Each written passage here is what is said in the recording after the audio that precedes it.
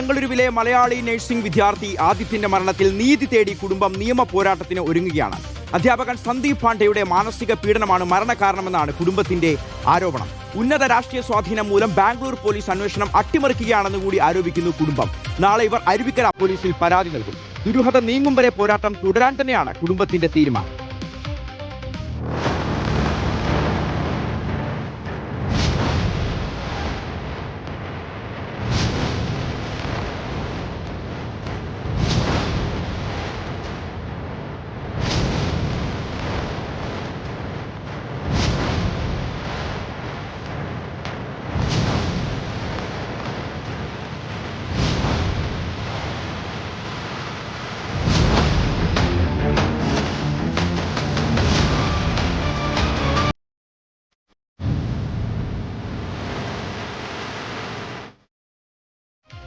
സുനിഷ അയ്യല്ലൂരുണ്ട് നമുക്കൊപ്പം. സുനിഷ, ഇപ്പോൾ നിതിൻ മാറി ആദിത്യനാവുന്നു. അഞ്ചരക്കണ്ടി ദന്തൽ കോളേജ് മാറിയത് ബാംഗ്ലൂരിലെ ഒരു നഴ്സിംഗ് കോളേജായിട്ട് മാറുന്നു. ബാക്കി ഏറെക്കുറെ എല്ലാം സമാനമാണ് കാര്യങ്ങൾ. ഈ കുടുംബത്തെ തെറ്റിദ്ധരിപ്പിക്കാൻ ആ കോളേജ് മാനേജ്മെന്റ് ശ്രമിച്ചിട്ടുണ്ട്, അതോടൊപ്പം പോലീസ് ശ്രമിച്ചിട്ടുണ്ട്. ഈ മരണത്തിന് പിന്നാലെയും അതായത് ഒരു കുടുംബ പ്രശ്നമാണ് ഈ മരണത്തിന് കാരണമെന്ന് പോലും തെറ്റിദ്ധരിപ്പിക്കാൻ ശ്രമിച്ചിട്ടുണ്ട്. തൊട്ടുപിറ്റേന്ന് തന്നെ ക്ലാസ് നടത്തിയിട്ടുണ്ട്. എന്തിനാണ് ഇത്ര വലിയൊരു ക്രൂരമായ ഒരു സമീപനം ഈ കോളേജ് മാനേജ്മെന്റിന്റെ ഭാഗത്തുണ്ടായത്? അതോടൊപ്പം ഈ പറയുന്ന അധ്യാപകനെതിരെ അവിടെയുള്ള ഒരുപാട് വിദ്യാർത്ഥികൾ പരാതിയുമായി രംഗത്ത് വരികയാണ്. അപ്പോൾ എന്തൊക്കെ ദുരൂഹതകൾ ഈ കുടുംബം, ആദിത്യന്റെ കുടുംബം സംശയിക്കുന്നുണ്ട്? അവർ മുന്നോട്ട് നടത്താൻ ഉദ്ദേശിക്കുന്ന ഒരു നിയമ പോരാട്ടം അത് ഏത് തരത്തിലാണ് സുനിഷ?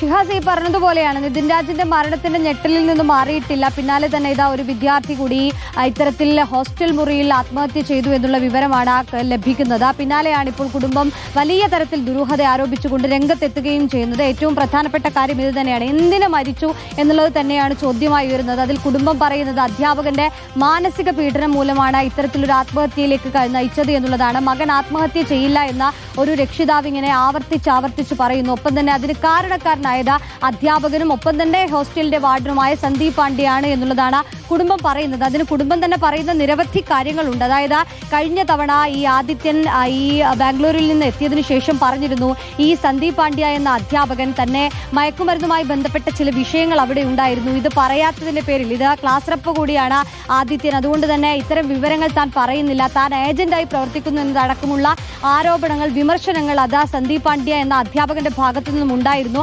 അതിൽ മാനസികമായ വിഷമത്തിലായിരുന്നു ആദിത്യൻ എന്നുള്ളതാണ് കുടുംബം ഉന്നയിക്കുന്നത്. അതുകൊണ്ട് തന്നെ അത്തരത്തിൽ ഈ അധ്യാപകരിൽ നിന്നുണ്ടായ മാനസിക പീഡനം തന്നെയാണ് മരണത്തിന് കാരണം എന്നുള്ളതാണ് കുടുംബം പ്രധാനമായും പറയുന്നത്. മറ്റൊന്ന്, എല്ലാവരും ഈ അധ്യാപകനൊപ്പം നിന്ന് ഈ വിദ്യാർത്ഥിയെ തള്ളിപ്പറയുന്ന ഒരു സമീപനം ഉണ്ടാകുന്നുണ്ടോ എന്നൊരു സംശയം തന്നെയാണ് കുടുംബം ഉന്നയിക്കുന്നത്. അതിൽ ഏറ്റവും പ്രധാനപ്പെട്ട കാര്യം ഇപ്പോൾ ഷിഹാസ് പറഞ്ഞതുപോലെ ഇത്തരം ഒരു മരണം സംഭവിച്ചതിന് ശേഷവും അടുത്ത ദിവസം സ്വാഭാവികമായ രീതിയിൽ ക്ലാസ് നടക്കുന്നു എന്നുള്ളതാണ് ഒരു കാര്യം. മറ്റൊന്ന്, കൃത്യമായി വീട്ടിൽ വിവരം അറിയിക്കാൻ ഈ കോളേജോ മാനേജ്മെന്റോ തയ്യാറായിട്ടില്ല എന്നൊരു മറ്റൊരു വശം കൂടിയുണ്ട്. മറ്റൊന്ന്, ബാംഗ്ലൂരുവിൽ തന്നെ ഈ വിഷയം കഴിഞ്ഞതിന് ശേഷം കുടുംബം പരാതി നൽകുന്നുണ്ട്. പക്ഷേ പരാതി പറയാൻ പോയി 4-5 മണിക്കൂർ കാത്തു നിൽക്കേണ്ടി വന്നു ഒരു പരാതി കേൾക്കാൻ എന്നുള്ളതാണ് പ്രധാനപ്പെട്ട കാര്യം. അതിൽ കുടുംബം ആരോപിക്കുന്നതും അത് തന്നെയാണ്. ഈ കോളേജ് നടത്തിപ്പുകാർക്ക് ഉന്നത തലത്തിലുള്ള ബന്ധമുണ്ട്. ഈ ബന്ധത്തിന്റെ പേരിലാണ് പോലീസ് ആയാലും മാനേജ്മെന്റ് ആയാലും ഇനി മറ്റ് അധ്യാപകരായാലും ഇത് കണ്ടില്ല എന്ന് നടിക്കുന്നത് എന്നുള്ളതാണ് കുടുംബം ഉന്നയിക്കുന്ന പ്രധാനപ്പെട്ട വിഷയം. അതുകൊണ്ട് തന്നെ ഈ അധ്യാപകനെതിരെ കർശനമായ നടപടി സ്വീകരിക്കേണ്ടതുണ്ട്. കേസെടുത്ത് തന്നെ പോലീസ് അന്വേഷണം, സമഗ്രമായ പോലീസ് അന്വേഷണം ആവശ്യമുണ്ട് എന്നുള്ളതാണ് കുടുംബം മുന്നോട്ട് വെക്കുന്ന ആവശ്യവും. മാത്രമല്ല വലിയ കള്ളക്കളിയും ഒത്തുകളിയും ഒക്കെ ഇതിന്റെ പിന്നിൽ നടക്കുന്നുണ്ടെന്ന് വ്യക്തമാണ്. ആദിത്യൻ അവസാനത്തെ ഇരയായി മാറട്ടെ എന്ന് നമ്മൾ എല്ലാവരും ഒത്തൊരുമിച്ച് ആഗ്രഹിക്കുമ്പോഴും ഒരു കാര്യം പറയാതെ വയ്യ. ഉന്നത വിദ്യാഭ്യാസ സ്ഥാപനങ്ങളിൽ ഇതുപോലെ മാനസിക സമ്മർദ്ദത്തിന് അടിമപ്പെട്ട് അധ്യാപകരുടെ ഇത്തരത്തിലുള്ള 1-2 അധ്യാപകരായിരിക്കാം, ബഹുഭൂരിപക്ഷ അധ്യാപകർ നല്ലവരാണ്, പക്ഷേ ഇത്തരത്തിലുള്ള പുഴുക്കുത്തുകൾ എല്ലായിടങ്ങളിലും ഉണ്ട്. അവരുടെ പീഡനങ്ങൾ സഹിച്ചുകൊണ്ട് മരിച്ചാലോ എന്ന് പോലും ആലോചിച്ച്, ആത്മഹത്യയിൽ അഭയം പ്രാപിച്ചാലോ എന്ന് പോലും ആലോചിച്ച് ജീവിക്കുന്ന ഒരുപാട് വിദ്യാർത്ഥികളുണ്ട്. നിങ്ങളോട് പറയാനുള്ളത് ദയവ് ചെയ്ത് അത്തരത്തിലുള്ള കൃത്യത്തിലേക്കൊന്നും നിങ്ങൾ പോവരുത്. നിങ്ങളോടൊപ്പം നമ്മളെല്ലാവരും ഉണ്ടെന്നുള്ളതാണ്. പക്ഷേ അപ്പോഴും പറയേണ്ട ചില കാര്യങ്ങളുണ്ട്. വയനാട്ടിലെ സിദ്ധാർത്ഥനെ നമുക്ക് ഓർമ്മയുണ്ട്. സിദ്ധാർത്ഥന് നീതി കിട്ടിയോ, ആ കുടുംബത്തിന് തൃപ്തികരമായ നീതി കിട്ടിയോ എന്ന് ചോദിച്ചാൽ ഇല്ല എന്നാണ് ഉത്തരം. തൊട്ടുമുമ്പ് നമ്മൾ പറഞ്ഞ നിതിൻ രാജിന്റെ കുടുംബത്തിനും അവർ ആഗ്രഹിക്കുന്ന പോലെ നീതി ഇതുവരെ കിട്ടിയിട്ടില്ല. ആദിത്യന്റെ കാര്യത്തിലൊന്നും അങ്ങനെ സംഭവിക്കാതിരിക്കട്ടെ. ആദിത്യന്റെ ഒരു അവസാനത്തെ ഇത്തരത്തിലുള്ള ഇൻസ്റ്റിറ്റ്യൂഷണൽ മർഡറുകളുടെ ഒരു അവസാനത്തെ ഇരയായി മാറട്ടെ. ഇനി ഇത്തരത്തിലുള്ള സംഭവങ്ങൾ ഉണ്ടാവാതിരിക്കട്ടെ. കൃത്യമായ നിയമ സംവിധാനങ്ങൾ അവരുടെ ഉത്തരവാദിത്തം നിറവേറ്റട്ടെ.